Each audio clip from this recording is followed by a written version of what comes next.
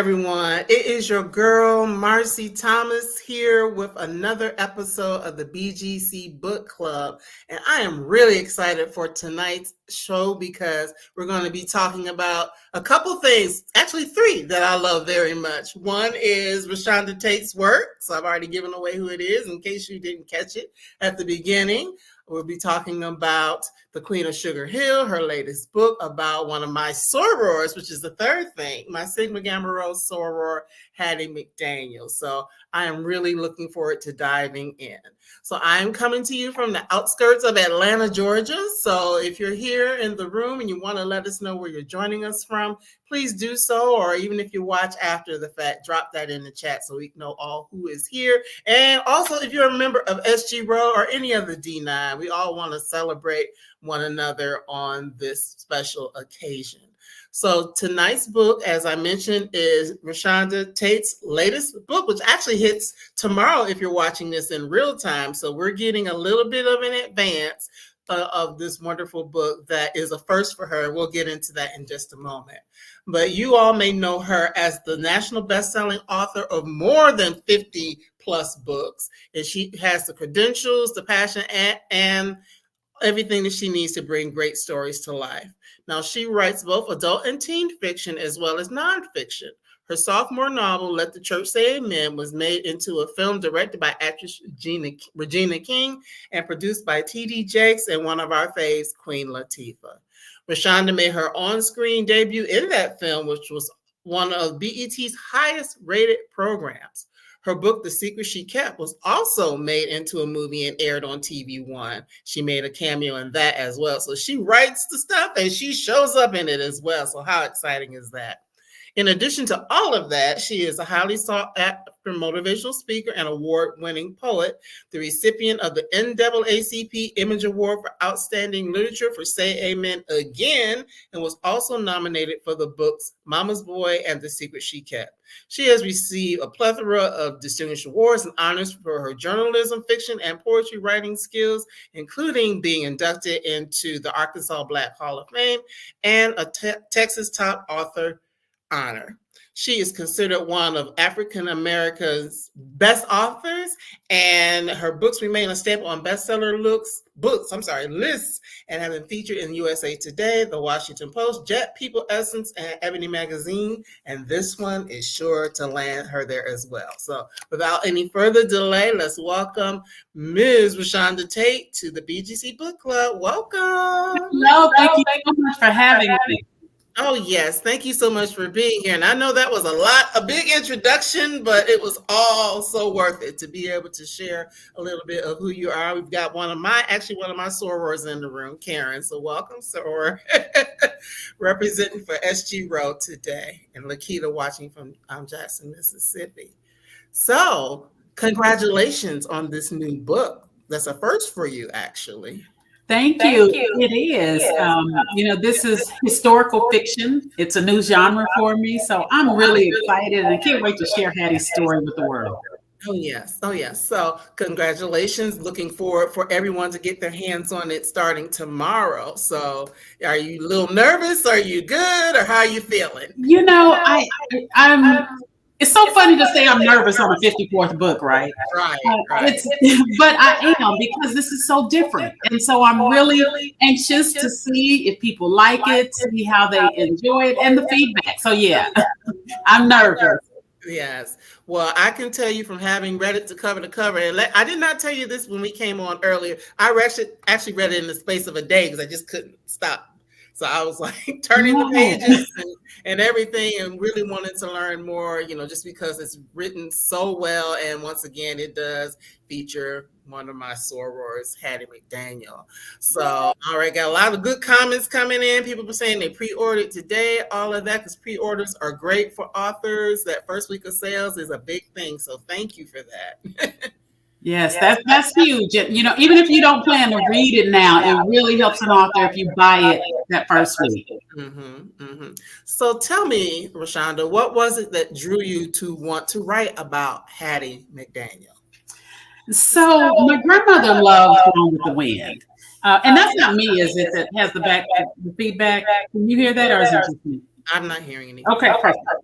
So my grandmother loved Gone with the Wind, and I hated it. And so we were having a conversation once. I was a little girl, and she said, "Why do you not like it?" And I said, "Because Hattie McDaniel, she's so extra, and she's a maid." And my grandmother said, "She's playing a maid. I am a maid, and I give you a pretty good life by being a maid." And I said, "Well, you know what she does?" And my grandmother said, "Why are you ashamed of her being a maid?"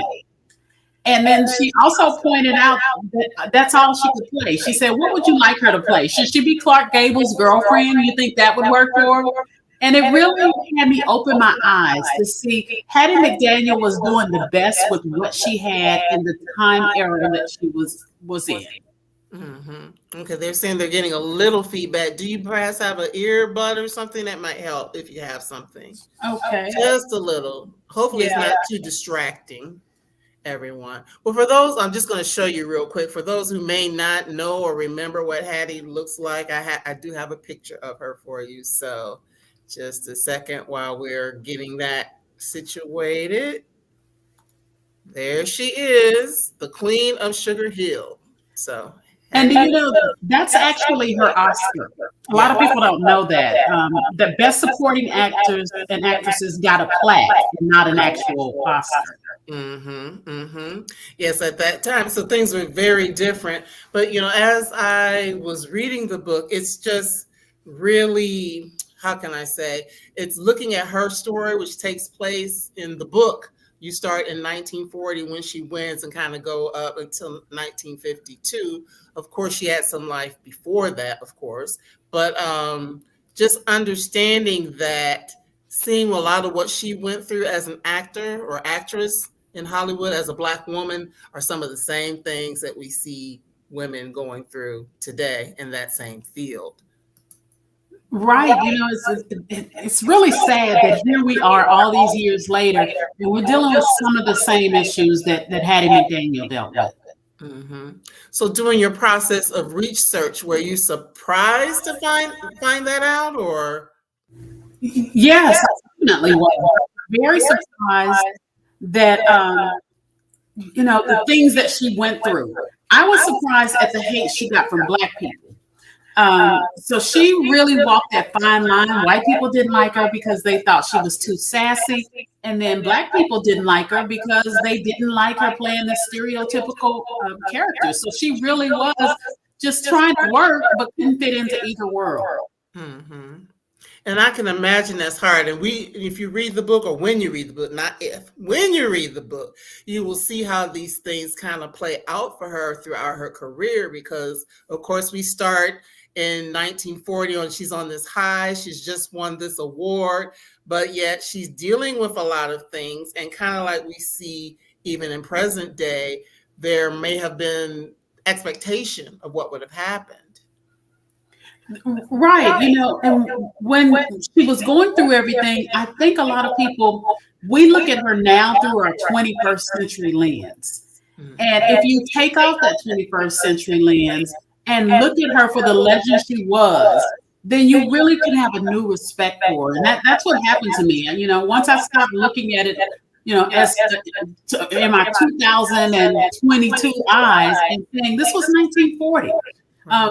What else was she supposed to do? Now, the NAACP would rather she just didn't work at all rather than take these roles. But she also had an issue of, why am I, as a comedic actor, judged the whole race? Lucille Ball can be silly and be this comedian over the top, and it's not an indictment on the whole race. But when I do the same thing, I'm degrading my race. Yeah, and that's wild to think of that, because it's like we have to be this exceptional person, this exceptional Negro, so to speak, which is oftentimes not fair, to the individual who's just trying to work. And in her case, if she was going to act, she had very limited roles that she was going to be able to play. Because, as we also see, if you have someone like a Lena Horne or a Dorothy Dandridge, who wound up being some of her contemporaries, they had different options. So then there is the whole thing of, her being a, you know, a brown-skinned, heavy-set woman, there was only certain roles or ways that she was going to be able to be seen if she was going to show up on screen at all. Right. And with even when she won the Oscar, she thought it would open some doors. The one role that she could actually do something other than be a maid, she still played a maid in This Our Life, but she was able to be a grieving mother.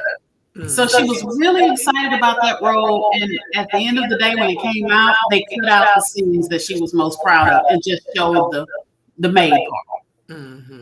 Because it's one of those things, excuse me, we think about it even now. Yes, there is a wider range of roles that we can play, but it still seems like they fit us into buckets of who we are and how we can show up. You know, I'm thinking of Taraji saying recently, people telling her, oh, well, you're not pretty enough to do X, Y, and Z. You know, like, but you're Taraji Henson. So imagine taking this 90 years back, how it would have been. Right. And, you know, that's one of the things that she tried to tell Dorothy Dandridge was really didn't like the way that Hattie and her mother acted. Her mother, Ruby Dandridge, was a friend of Hattie McDaniel, and they played the same kind of roles because they had the same kind of appearance. And Hattie had to explain to her, you have options. You have the luxury of turning down these roles. We don't. If we turn down these roles, we don't work. We don't have anything else that they'll let us play. Well, what I also, we have a comment about Gone with the Wind specifically. Gone with the Wind is actually one of my favorite movies. She was such a force to reckon with. Always been interested in learning about her. Well, this book definitely will teach you some things. It is historical fiction. So talk a little bit about that for those who might think it's not like a biography. It's not. And so what a historical fiction is, I'm a journalist. So it allowed me to lay the foundation with the facts. And then I come back and my novelist side fills in the blanks. So, for example, we know that the night of the Academy Awards, the Gone with the Wind team went to a club to celebrate. We know that they went and the club wouldn't let Hattie McDaniel in. But we don't know what the bouncer said to her exactly. We know he told her she couldn't come in. So the fiction comes in, filling in that blank and dressing it up. And so I had a lot of fun with that. I was able to lay the foundation with those facts and then come in and spice it up. So that, as you said, that was a lot of fun, you know, being able to take some creative license. And in the book, at the end of the book, you do kind of share some of the places where you did that particular space being one of them. Were there any people in her family or anything you were able to consult with or get information from them in piecing everything together? No, so she didn't have any children. She did have her sister and brother. They had kids. So she has a couple of grand nephews and grandnieces. And I was going to talk with a distant cousin. And my editor and agent said, don't do that because I'm writing fiction.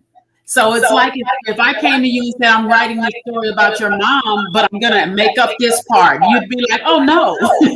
So you really don't. She's a public figure, so I can write about her, but you don't want to involve the family because you are doing some fiction. Got it.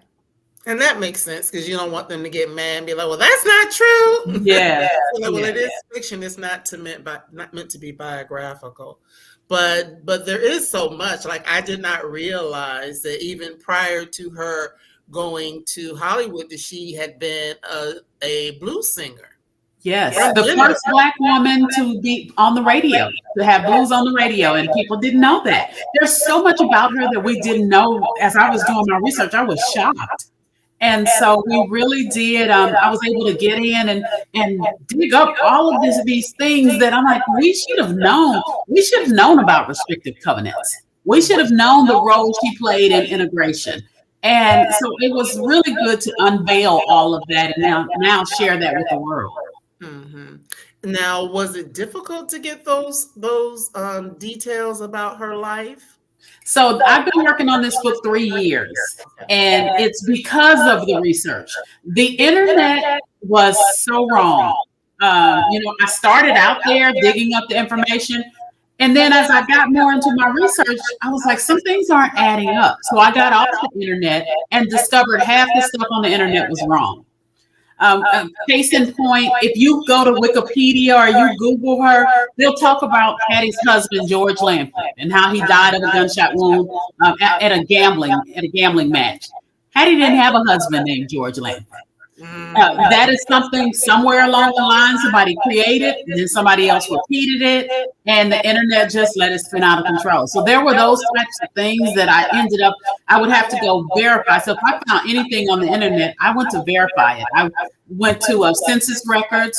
I went to the Huntington Library in California. It's a research library, and I spent a lot of time there going through her letters to Ruby, her friend, and just doing research outside of the World Wide Web. Okay.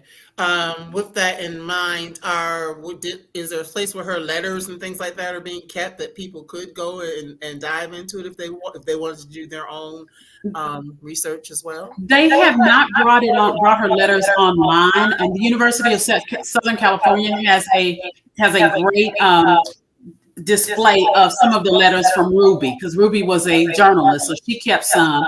And then the Huntington Library has a whole collection on Lauren, who was the attorney in the restrictive covenant case. And so he kept meticulous records. So I was able to look through a lot of his correspondence. And then I also did newspapers from the time. The Black press was a huge part of me being able to do this story. Mm-hmm, mm-hmm. And you are a part of the Black press as well, so yes, ma'am. And so you know what, it also made me be more committed. And I've been speaking to a lot of Black publishers. We got to be more committed to making sure our stories are left, because I'm thinking as I'm reading this, they probably never had any idea that in 2022, 23, somebody would be reading their newspaper to get a glimpse, a look into the world at that time. Mm-hmm. Yeah, it isn't so important for us to tell our stories, and just even in being in this space, whether it's historical fiction or real world, whatever the case may be, it is so important that our voices are heard, so that these icons or just everyday people don't get lost, because someone else is always quick to tell the story or bend the story to the way that they want the story to be told. So it was definitely, important for us to do that. And nowadays we can, have these spaces where we're able to share and tell stories, but, to keep that going and not allow other things that might be happening around us discourage us from continuing to do so. Right. Yeah.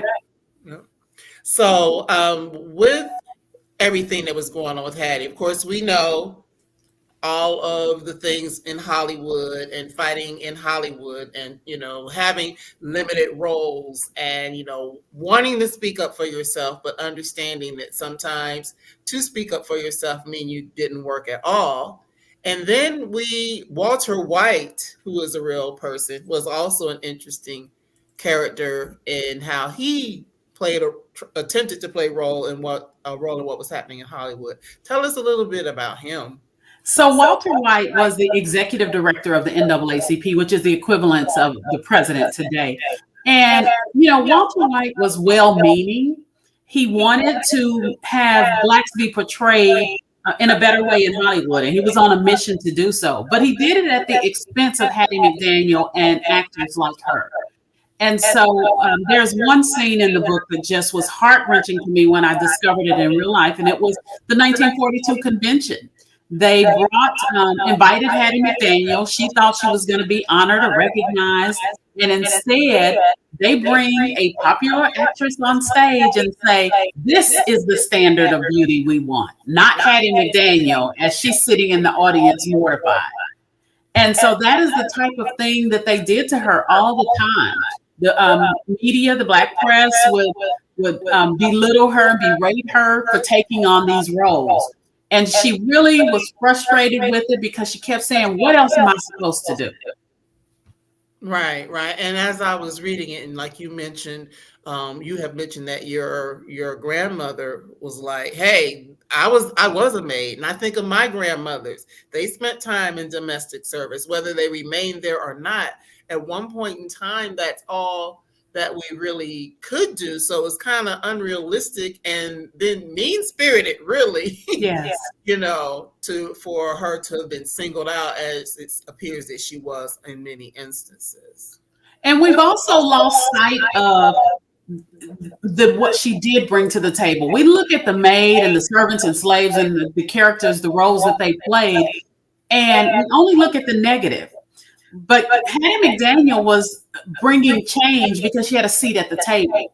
So the N-word was supposed to be used in Gone with the Wind, but because Hattie had a seat at the table, she made sure it wasn't used. And so there were little things like that. She was able to make a difference because she was inside. And there were many times where people wanted her to speak up and be this, vocal civil rights advocate. And I think over the years, we've forgotten about the quiet change agents. Right. And that's what Hattie was. She was a quiet change agent. Mm-hmm. One of the things that I loved is, yes, she had the roles that she played that, were visible to the wider community, her acting and, singing and radio and things like that. But I do love the fact that she was actively involved in the community. One of the things being, a charter member of Sigma Gamma Rho there in California.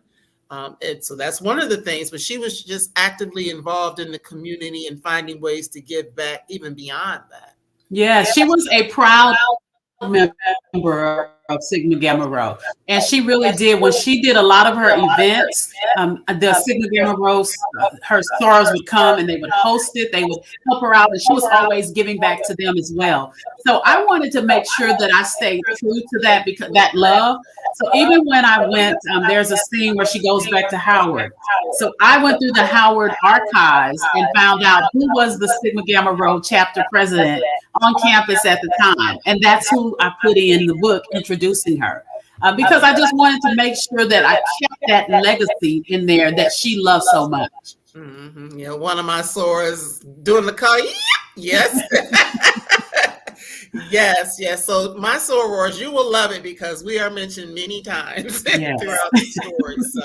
So that was good. But, even working with women in a lot of the other organizations as well, and just, going out and speaking. And, I found really interesting her role in the war effort as well. Yes, a lot of people didn't know about that as well. She wanted to, when the World War II came, the world just kind of shut down and was at a halt. So she wanted to do something to encourage our troops. And so she really took an active role. They were buying war bonds at the time. And so she took an active role in trying to make sure that people supported the war and supported our soldiers in bringing them home safely. Mm-hmm. Yeah, it was just good to see that, she was not a one note type of individual. And if all you leaned on was the fact that she was an actor in these films, you would not realize that there was so much more that she did. But even that came under scrutiny. It's like everything she did, people scrutinized her, even within the right. And she often felt like, I can't win for losing because I'm sick. It's nothing else. The world is shut down. And like it or not, we have Blacks over there, fighting, and I want to do what I can to encourage them. And then you have people like, well, why are you helping fight this white man's war? And so she really did just always find herself at that crossroads. Mm-hmm. But throughout the story, I do love that all the ups and downs that she went through, she had a wide variety of famous and not so famous friends. So talk a little bit about some of the people that she interacted with. Yeah, so she was really good friends with Clark Gable. I was surprised to learn that. I knew that they were friends, but I was surprised at the depth of their friendship. In fact, he almost he did try to put his own career at risk many times coming to her defense. And she would often have to say, Clark, you are the king of Hollywood. You cannot mess up your own career for me. But he was very protective of her, but they became friends because he was a jokester. They both were jokesters, and they liked playing pranks on each other, and they just got really close.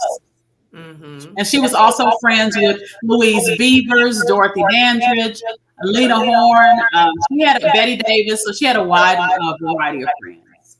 And I love the fact that it was an interracial group of friends. It wasn't just the Black Hollywood or the Black elite. She was able to travel in both worlds in a time when we wouldn't think that would have been the case. And that was one of the things. She loved to throw parties. And so people would be at her house and you would see Fred Astaire over here dancing with, Mom's Mabley or someone. You were always, it was like the color lines were broken inside her home. And she had these parties that were the place to be. And all races would come and just relax and have a great time. Mm-hmm. Well, let's talk a little bit about that house. I'm going to show it here right quick for people to see. This was her home. Yes.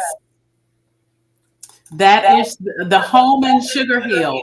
Yes. And she was so proud of that house. She bought it at $10,000 above asking costs. And she moved in. She was excited. The neighborhood, it was called West Adams District initially, and the name was changed to Sugar Hill. And then her neighbors weren't as happy as she was. And in fact, they sued to get her out of that house because there was a law called restrictive covenants, which said that you can't sell to people that don't have European blood. And so they tried to sue Hattie and the other Black residents of the neighborhood to force them out of their homes. Well, we know history. And I think the thing now, a lot of times we think of LA or California as being this great liberal bastion. Yes. We find out that is not the case. Right. And I was a little shocked. I thought it was completely different from the South. But in my research, I discovered so many things were the same, and it really was. They did not want her there. And she led the case to go to court. And they didn't expect them to win because it was a white judge. It was, they really didn't expect to win. And she emerged victorious. And that case was the impetus for another case that went to the Supreme Court, which made them strike down restricted covenants across the country. So Hattie McDaniel is one of the reasons we can live where we want to live. And I had no idea about that before I started researching on this book. Right. And that's just so powerful to know that, once again, she was not just about, I'm trying to go get my money and I don't care about anything or anyone else as long as I can have what I need. She was not a selfish person at all, oftentimes giving to a fault, really, and the love and the care that she gave to others. So, we talked a little bit about, some of her friendships, with, quote unquote, regular people, her family, her friends, but those marriages, those relationships with men was something totally different. Yes. So I didn't know the extent of her husband. Hattie was just unlucky in love. The first husband, he really did genuinely love her, but Hattie had that entertainment bug, and she wanted to be an entertainer, and he wanted a wife. He did end up dying, and the next husband, it was always trying to stay in she was in the limelight, and they're in her shadow, and that just never worked out. She also had a husband that we ended up finding out was a bigamist. And so he just left one day and she never saw him again until years later she discovered he had moved back home with his wife. So it was just one bad luck after the other. And the last husband was the worst. And he really, they think he just wanted her money. And so he wiped her clean. He almost left her penniless. Mm-hmm. It was just interesting to see that play out because once again, we think of Hattie McDaniel and, I'll just say this. I said this to you before we came on. Hattie, she had a good life in terms of meeting people and getting involved with people. She was not a wallflower who sat around and didn't date or didn't have relationships. Not at all, even though she did not fit what people would have thought was traditionally beautiful woman. So I love seeing that, though. Yes, Hattie had no problem getting her a man at all. In fact, if you want to talk about the fiction part, I had to consolidate some of her men into one man because it was a little too many of them to keep track of in the book. So I kind of combined them all. but she didn't. Unfortunately, she couldn't find the love that she wanted. But again, many women have that same story. But hers was exacerbated because of who she was. And then that last husband really that took her money really left her hurt. Yeah, understandably so. But, so for, the things that single women, I happen to be one, go through nowadays, it was no different for Hattie from that perspective. If you're a woman who's about your business, yes, and, wanting to have a certain level of, personal success, there are oftentimes those people who will come in and want to take advantage, or people come in and want to change you because, that's something that plays out, like, hey, well, you're my wife now, so it has to be X, Y. Like, excuse me? Yep. It wasn't that yesterday. Why does it need to be that today? So those are some things that, as I said to you earlier, the more some things change, the more they remain the same. Yeah. And just seeing how that played out. But she went through all of those different changes, continued to be really committed to working, though, because she had to work. And even though there were times where maybe she did in her early career have to resort back to domestic work, she was determined not to do that.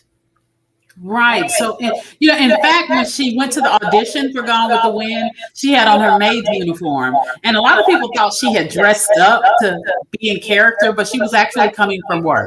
So she left her job as a maid to go audition for a part as a maid. So, like, even nowadays, when you hear of people who might not be at the top level, so to speak, having real jobs or other jobs, I mean, that's true. Yes. That was true then, and it remains true now. It's not necessarily that everyone's going to go into it and make a lot of money. And, like we have seen with others, winning an Oscar, I'm talking about Black actresses specifically right now, winning an Oscar or winning these high-level awards does not always translate to automatic success or automatic roles. Right. And she found that out the hard way. She really did think that it would open these doors. She was optimistic. And we watched, her dreams deflate. But then the beauty of Hattie McDaniel is she would have all these obstacles, but then she would find a way to lift herself back up. And so that's why even toward the end of the book, where she, everybody knows she died from breast cancer, she doesn't want you to weep for her. Her story is sad and may have you going, oh, it was so tragic. But throughout her life, Hattie was like, don't weep for me. I'm making the best of my situation. I'm loving my life, even when it's not working out the way I want to. She always picked herself up and persevered. And that is something that was really powerful to take away from her story, just to see that, because I will admit, when I got to the last few pages, I felt a little like, ooh, it tugged at me emotionally just to witness the things that Hattie had to deal with, and understanding that, once again, some things are really still the same that we as Black women have to deal with, but it still gave me an uplift to see if she could endure and maintain a sense of hope and maintain a sense of joy and still want to throw fabulous parties and love on the people that she loved on. I think that that spoke volumes to me.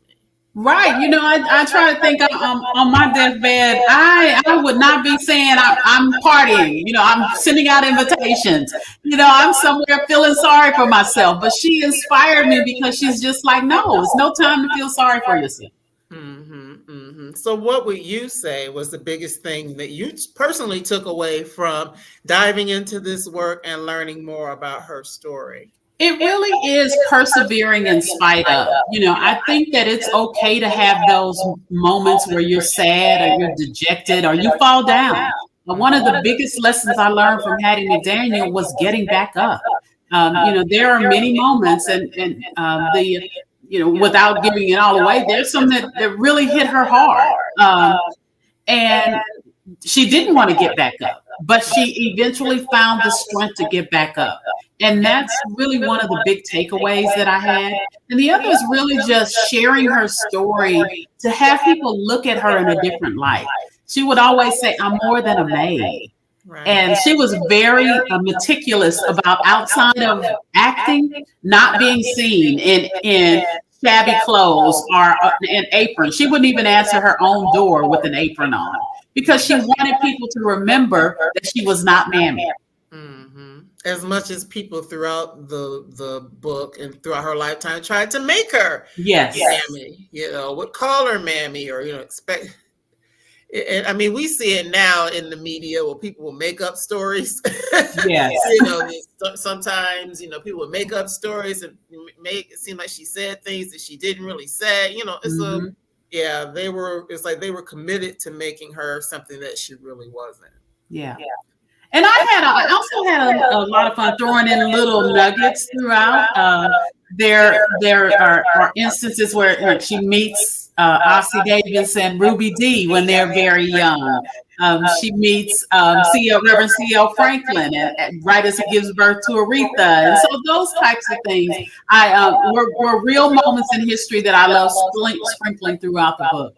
Oh yes, because she definitely, some of the who's who of the time. She had interactions with a lot of those people because of the role that she played in that. So wow, there's just so much. And because people are saying there's a little bit of a thing going on, I don't want to belabor it, because I think we've hit a lot of the high points in here. But one of the last things career-wise that she had an opportunity to do was Beulah. Yes. And I found that was interesting just to see what happened and how that played out in her having that role on the radio. Yes. Beulah was a radio show, a very popular radio show. But when it was started by a white man playing a black maid. And then he was replaced by another white man who didn't do well. The ratings were sinking. And then somewhere, Procter & Gamble had the great idea. They were the producers and distributors. They said, let's get a black woman to play a black woman. And they brought Hattie in, and the ratings soared.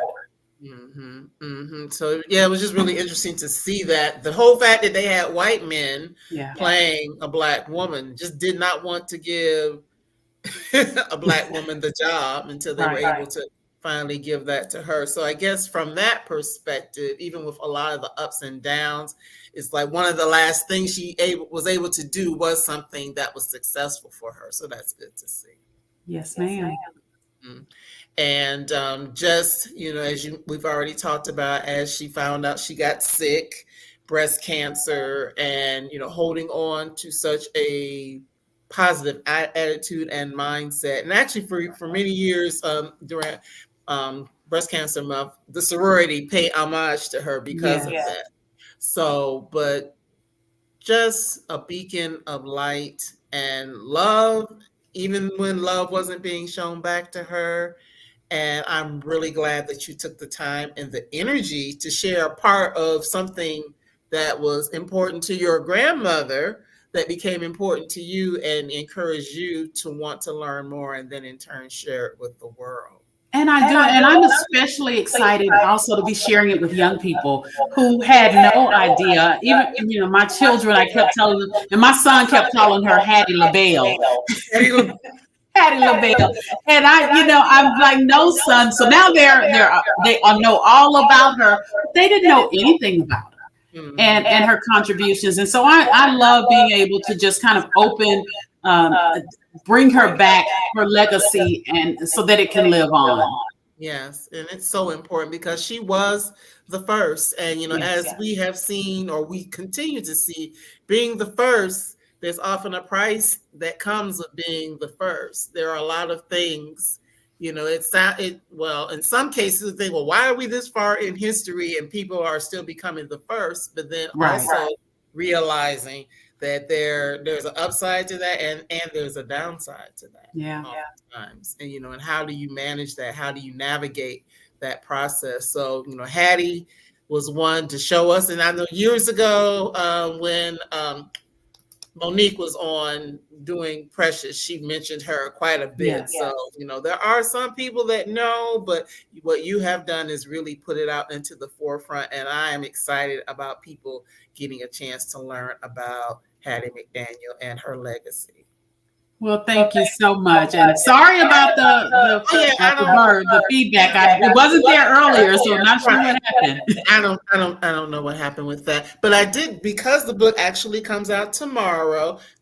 Please, everyone, if you haven't already had an opportunity to pick up a copy, get it where you can. There is a Brown Girl Collective bookstore, which is just that Brown Girl Collective bookstore that's tied to Bookshop. That's one of many places you can buy it. Get those orders in. Pre-order it now and have it within a couple of days, or go ahead and order it tomorrow. But the first week is extremely important. Yes. First week is extremely important, as I said earlier. So, what places and spaces can people be on the lookout for you, perhaps even in person over these? Yes. I am. I'm on tour now. I'm so excited about it. I'm heading to Austin as soon as I get off this. My husband is driving me. Thank goodness. I just got back from Winston-Salem. I have a big event here in Houston, and then I'm hitting the road. I'll be in Oklahoma City, Charlotte, Atlanta, Columbia. You can find my whole schedule at ReShondaTate.com. So I'm excited to be back on the road. It's been several years since I've been on tour. Yes. And I had the advantage to meet you last year when you were in Atlanta for an event. So hopefully I'll get to see you again. And I know we didn't talk a lot about your history and how you got to what you're doing, but if you get a chance to see ReShonda in person, please go see her, because she tells great stories. And yes, she has quite an interesting and compelling story to tell about her career and her trajectory and how she got to be this woman who's had 54 books under her belt. But I do have to ask you about that, just a little bit about the writing before we wrap things up. How do you find the time to, write? What is some of your process for writing? So I'm also a managing editor for a Black newspaper here in Houston. And so I, run a publishing company. I do all that and I write, because I believe every minute you spend talking about what you don't have time to do could be spent doing it. And so I utilize those spare moments. If I'm driving across town, I'll dictate a chapter. And so that's how I'm able to do all the things that I do, because I don't waste time talking about what I don't have time to do. I just do it. And I think that's a big thing to keep in mind. You've spent all this time talking about why you can't do something, and you could have had it done. And that's a word right there. Y'all hear that? So no excuses. You can find time. You can make time, for those things that are important to you, even if it's 15 minutes, or like you say, while you're traveling and things like that. So do you, when you're writing, well, we didn't talk about this. Hattie was speaking to you. Does that always happen? It does. So I went to her house before I began the book, and I spent a lot of time just kind of walking around outside, and I felt Hattie talking to me. My mother would say I need to stop telling people this because I sound crazy, but it's the truth. She was talking to me, tell my story.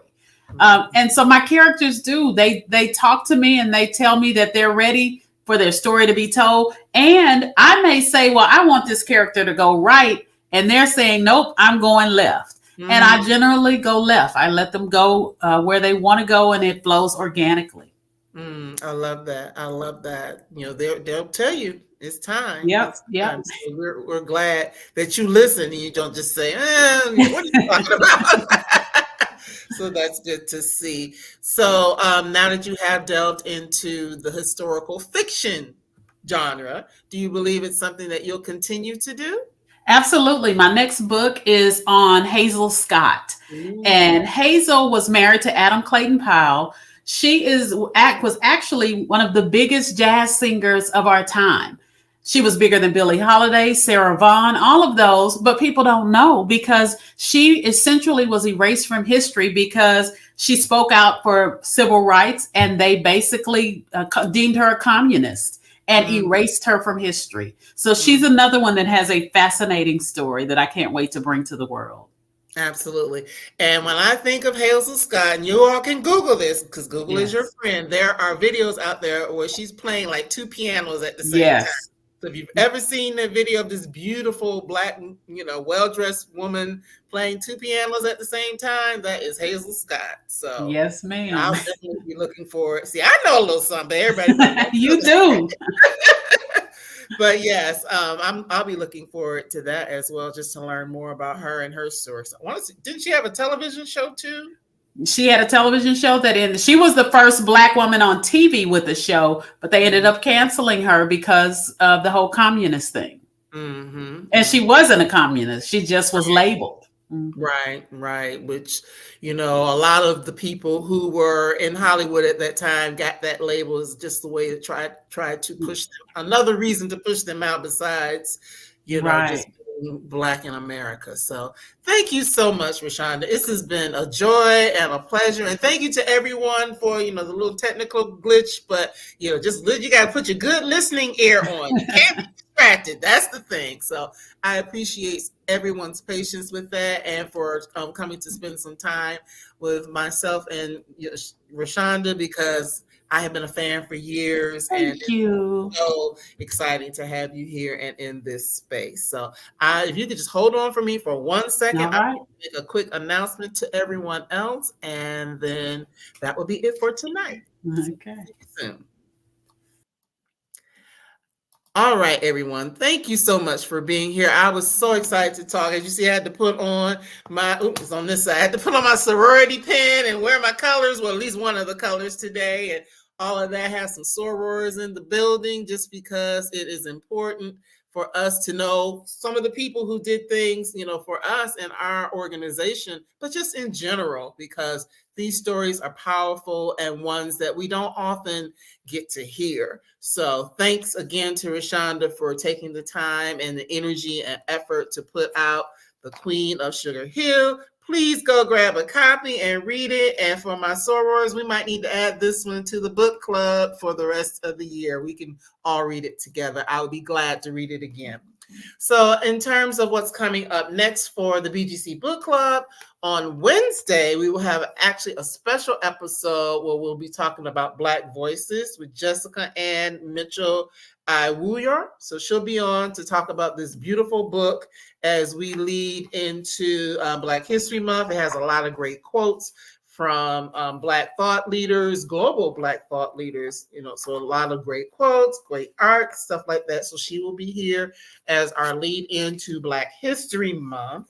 And then a week from today, I'll be back with The Blueprint by Ray Gianna Rashad. So that's what's coming up in the next week. And there's so much more to come because the calendar for BGC Book Club and Live Well Sister, which is normally the Wednesday night show, the calendar is full. So I look forward to being able to share wonderful Black women, writers, and specialists and experts with you in the days, weeks, and months ahead. So thanks again for your time and being here. You are so appreciated and look forward to seeing you again real soon. Take good care. Bye-bye.